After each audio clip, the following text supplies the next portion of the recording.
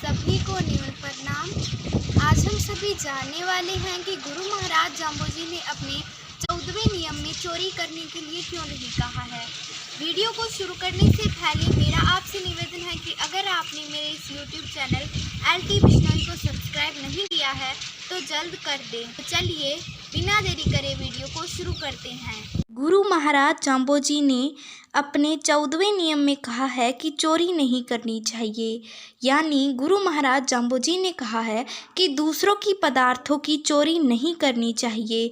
चोरी का मतलब जिन पदार्थों पर और वस्तुओं पर हमारा किसी भी प्रकार से कोई अधिकार नहीं है, उन वस्तुओं को स्वामी से बिना पूछे उपयोग में लेना चोरी कहलाता है।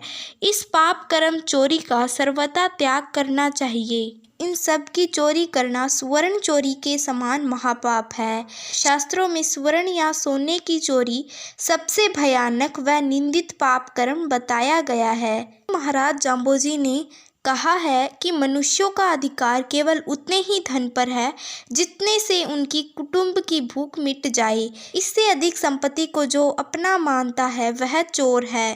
चोरी न करने के लिए बहुत सी प्राचीन घटना है। उसमें से एक घटना है कि किसी आम के बगीचे के बाहर एक युवक बैठा हुआ था।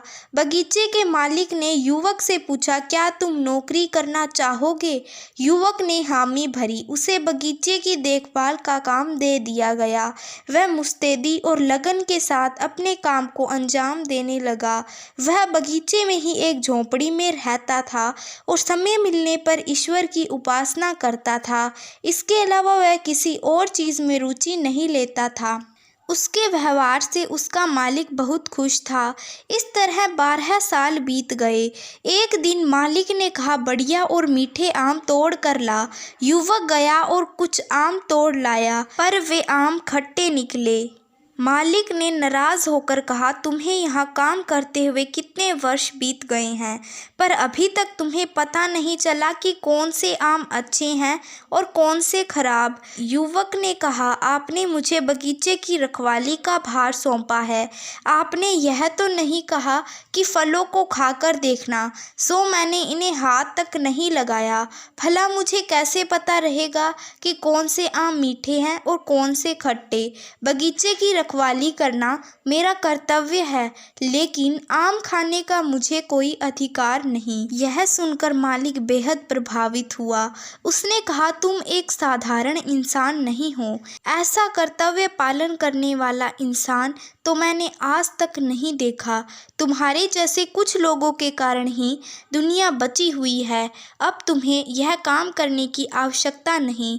तुम यही आराम से रहो और प्रभु का नाम जपो। युवक ने सोचा कि अब लोग उसे असाधारण इंसान समझेंगे और तरह तरह की शंका समाधान करने उसके पास आने लगेंगे। वे उसका अत्यधिक सत्कार भी करेंगे, जिससे उसकी साधना में दिक्कत होगी और उसका एकांत भी समाप्त हो जाएगा।